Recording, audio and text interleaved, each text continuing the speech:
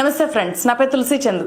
మన దేశంలో ప్రతి ఆడపిల్ల ఎవరి చిత్రపటాన్నైనా శాశ్వతంగా గుండెల్లో పెట్టుకోవాలి అంటే అందుకు సంపూర్ణ అర్హత ఉన్న వ్యక్తి, ఏకైక వ్యక్తి సావిత్రిబాయి పూలే. అవును, మన దేశంలో ఆడపిల్లల చరిత్ర, వర్తమానం, భవిష్యత్తును అక్షరాలతో వెలిగించిన జ్ఞానజ్యోతి సావిత్రిబాయి పూలే అనే విషయము ఎక్కువ మంది ఆడపిల్లలకు తెలియకపోవడము, ఎక్కువ మందికి ఆడ మగ తేడా లేకుండా ఎక్కువ మందికి ఇప్పటికీ తెలియకపోవడము నిజంగా దురదృష్టము. అందుకు ఒక కారణం కూడా ఉంది, అది కూడా ఈ వీడియోలో చెప్తాను.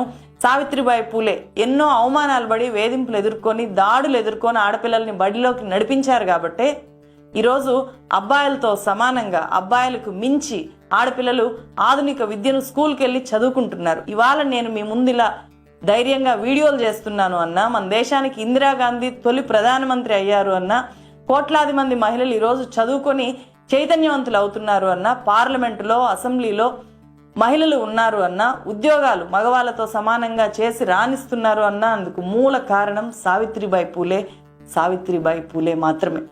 అనగారిన జీవితాల్లో అక్షరధారి పొద్దై పొడిసెను చదువుల జెండగా మారి ఈ దేశపు మొదటి పంతులమ్మగా చేరి మన జీవితాల్లో నింపిందో వెలుగుల దారి. బ్రిటిష్ వాళ్ళు మన దేశంలో ఇంగ్లీషు, ఆర్ట్స్, సైన్స్తో కూడిన మోడర్న్ ఎడ్యుకేషన్ను 1830లో ప్రవేశపెట్టారు.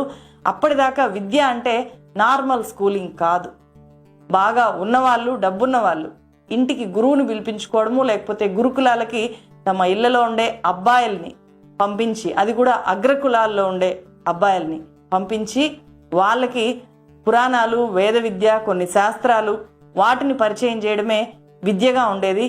1848లో సావిత్రిబాయి పూలే మొట్టమొదటి గర్ల్స్ మోడర్న్ ఎడ్యుకేషన్ స్కూల్ని పూణేలో ఏర్పాటు చేయడంతోనే అణగారిన వర్గాల్లోని ఆడపిల్లలకైనా, ఆధిపత్య కులాల్లోని ఆడపిల్లలకైనా చదువు అనే 3 అక్షరాలు పరిచయం అయ్యాయి. అమ్మా నాన్న జన్మనిస్తే సావిత్రిబాయి పూలే ఈ దేశంలో ఉండే ప్రతి ఆడపిల్ల జీవితాన్ని విద్యతో వెలిగించింది అనేది ప్రతి ఒక్కరూ తెలుసుకోవాలి. అలాంటి వ్యక్తి గురించి ఇప్పటికీ ఎక్కువ మందికి తెలీదు. అందుకు కారణం ఏంటో కూడా ఇదే వీడియోలో చెప్తాను. చివరిలో ఒక అద్భుతమైన, నన్ను ఎంతో మంది అడిగిన కుకు ఎఫ్ఎం రెఫరెన్స్ బుక్ గురించి కూడా చెప్పాను. వీడియో మొత్తం చూడండి. మూఢనమ్మకాల్లో, అజ్ఞానంలో కూరుకుపోయిన నాటి సమాజం మీద యుద్ధం ప్రకటిస్తూ బాలికల్ని చేయబట్టుకొని బడిలోకి తీసుకెళ్లిన తొలి గురువు సావిత్రిబాయి పూలే.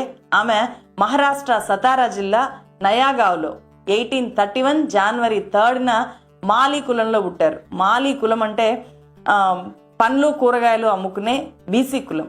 9 ఏళ్ల వయసులో 12 ఏళ్ల జ్యోతిరావు పూలేతో 1840లో సావిత్రిబాయికి పెళ్ళైంది. అప్పటికి ఈ దేశంలో ఉన్న అందరు ఆడపిల్లల్లాగే ఆమెకు చదువు అంటే ఏంటో తెలీదు. భర్త జ్యోతిరావు పూలే బడికెళ్ళి చదువుకుంటూ ఇంట్లో ఉండే ఆమెకు టీచర్గా మారి చదువు చెప్పారు. ఆ చదువును ఆమె తనలాంటి ఆడపిల్లలందరికీ చెప్పేలాగా మహాత్మా జ్యోతిరావు పూలే తన భార్యను ప్రోత్సహించారు. అలా 1848 జనవరి 1న 18 ఏళ్ల సావిత్రిబాయి పూలే పూణేలో మొట్టమొదటి గర్ల్స్ స్కూల్ని స్టార్ట్ చేశారు.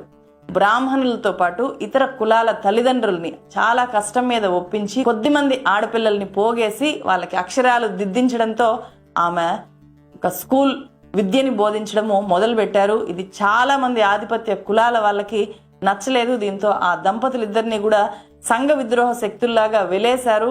పాఠశాల మూసేయాలి అని చెప్పి ఆమెను వేధించారు, బెదిరించారు, దాడులు చేశారు. అయినా సరే జ్యోతిరావు పూలే ఆమెకు కొండంత అండగా నిలబడి భుజం తట్టడంతో ప్రధానోపాధ్యాయురాలుగా స్కూల్ బాధ్యతల్ని ఆమె కొనసాగించారు. ఆమె రోజు బడికెళ్లే దారిలో కాపు కాసి ఆమె మీద బురద నీళ్లు, పేడ నీళ్లు పోసేవాళ్ళు, రాళ్ళు విసిరేవాళ్ళు, ఆడపిల్లల్ని చెడగొట్టేస్తుంది అంటూ బూతులు తిట్టేవాళ్ళు. వాళ్ళ ప్రయత్నాలను పట్టించుకొని సావిత్రిబాయి స్కూలుకు రోజు 2 చీరలు తీసుకెళ్లేది. పేడ నీళ్లు, బురదతో పాడైపోయిన చీరని వెళ్ళగానే మార్చుకొని క్లాసులు చెప్పడానికి వెళ్ళేది.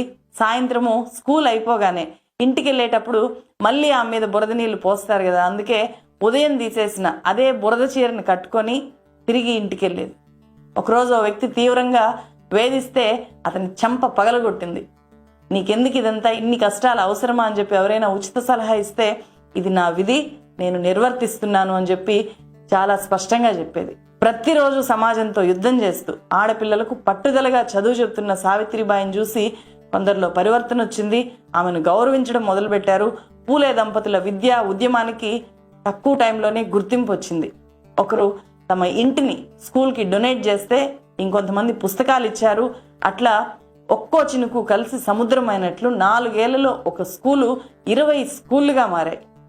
పూలే దంపతులు మొత్తం 52 పాఠశాలలు వాళ్ళ జీవితంలో కొనసాగించారు. ఈ దంపతుల స్ఫూర్తితో దేశవ్యాప్తంగా వేలాది స్కూళ్లు మొదలయ్యాయి. పేదరికం నుంచి బయటపడేసేది విద్య మాత్రమే అనేది పూలే దంపతుల నినాదమైంది. దళిత వాడల్లో ప్రచారం చేసి దళితుల్ని, ఇతర అణగారిన వర్గాల్లో ఉండే ఆడపిల్లల్ని బడిలోకి చేయబట్టుకొని తీసుకెళ్లారు.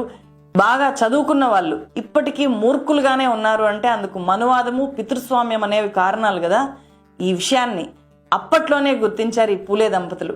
మహిళల్ని ఆధునిక విద్య వైపు నడపడానికి 1852లో మహిళా సేవా మండల్ అనే సంఘాన్ని ఏర్పాటు చేశారు. బాల్య వివాహాలు, సతీ సహగమనానికి వ్యతిరేకంగా 1873లో సత్యశోధక్ సమాజ్ను స్థాపించారు. అనేక మూఢనమ్మకాలకు వ్యతిరేకంగా రకరకాల కార్యక్రమాలని ప్రజల్లోకి తీసుకెళ్లారు. పెళ్లిళ్ళు చేయాలన్నా, ఇతర శుభకార్యాలు చేయాలన్నా బ్రాహ్మణ పురోహితుల అవసరం లేదు అని చెప్పి అప్పట్లోనే ప్రకటించారు. తమ సత్యశోధక్ సమాజ్లోనే పురోహితుడు లేని పెళ్లి చేశారు. బ్రాహ్మణ ఆధిపత్య భావజాలం మీద ఆ చర్యతో తిరుగుబాటు ప్రకటించారు. బాల్య వివాహాల వల్ల చిన్నప్పుడే భర్త చనిపోయిన ఆడపిల్లలకు ఆశ్రయం కల్పించడంతో పాటు అప్పట్లో భర్త చనిపోతే మహిళకు గుండు కొట్టించేవాళ్ళు. అట్లా చేయడమో ఎంత ఘోరమో క్షురకులకు అవగాహన కల్పించి ఇక మీదట ఆ పని చేయము అని చెప్పి వాళ్ళే స్వచ్ఛందంగా రోడ్ల మీదకి వచ్చి సమ్మె చేసేలాగా వాళ్ళతో ఆ సమ్మె చేయించారు. గర్భవతులైన దిక్కులేని మహిళలకు పురుళ్ళు పోసారు సావిత్రిబాయి. అట్లా పురుడు పోసిన ఓ మహిళ, ఆమె చేతిలో పెట్టి వెళ్ళిపోయిన ఓ బిడ్డే ఆమె పెంపుడు కొడుకు యశ్వంత్. 1870లో ఒకసారి, 1896లో మరోసారి దేశము తీవ్ర కరువును ఎదుర్కొంది. అప్పుడు 2000 మందికి పైగా అనాథ పిల్లలకు పూలే దంపతులు తిండి పెట్టి పోషించారు. ఇప్పుడు దేశమంతా అమలవుతున్న మధ్యాహ్న భోజన పథకాన్ని వాళ్ళ స్కూల్లో అప్పట్లోనే అమలు చేసి చూపించారు. జ్యోతిరావు పూలే 1890 నవంబర్ 28న మరణించినప్పుడు తన భర్త చితికి సావిత్రిబాయి పూలే స్వయంగా నిప్పు పెట్టారు. అప్పటి సమాజాన్ని ఆ ఒక్క చర్య మూర్చబోయేలాగా చేసింది. భారతదేశ చరిత్రలోనే భర్త చితికి భార్య నిప్పు పెట్టిన మొట్టమొదటి మహిళ సావిత్రిబాయి పూలే. పూలే తర్వాత సత్యశోధక్ సమాజ్ బాధ్యతల్ని ఒంటి చేత్తో ఆమె నిర్వహించారు. 1897లో ప్లేగు వ్యాధి పూణేను వణికించింది. జనమంతా అడవుల్లోకి పారిపోయారు. పేదలు, దళితులు ఆకలితో అలమటించారు. వాళ్ళ ఆకలి తీర్చడానికి సావిత్రిబాయి పూలే జోలిబట్టి విరాళాలని సేకరించి వాళ్లకు ఆహార శిబిరాలు, వైద్య శిబిరాలు ఏర్పాటు చేసి వేలాది మందికి ప్రాణం పోశారు. అప్పుడే ప్లేగు వ్యాధి ఆమెకు సోకింది. 1897 మార్చి 10న ఈ దేశ మహిళల తొలి గురువు కన్నుమూశారు. సావిత్రిబాయి జయంతిని స్వతంత్ర భారతదేశం మహిళా ఉపాధ్యాయుల దినోత్సవంగా ప్రకటించింది. 1997లో భారత ప్రభుత్వం సావిత్రిబాయి జ్ఞాపకార్థం తపాలా బిల్లును కూడా రిలీజ్ చేసింది. పూణే విశ్వవిద్యాలయానికి సావిత్రిబాయి పేరు పెట్టారు.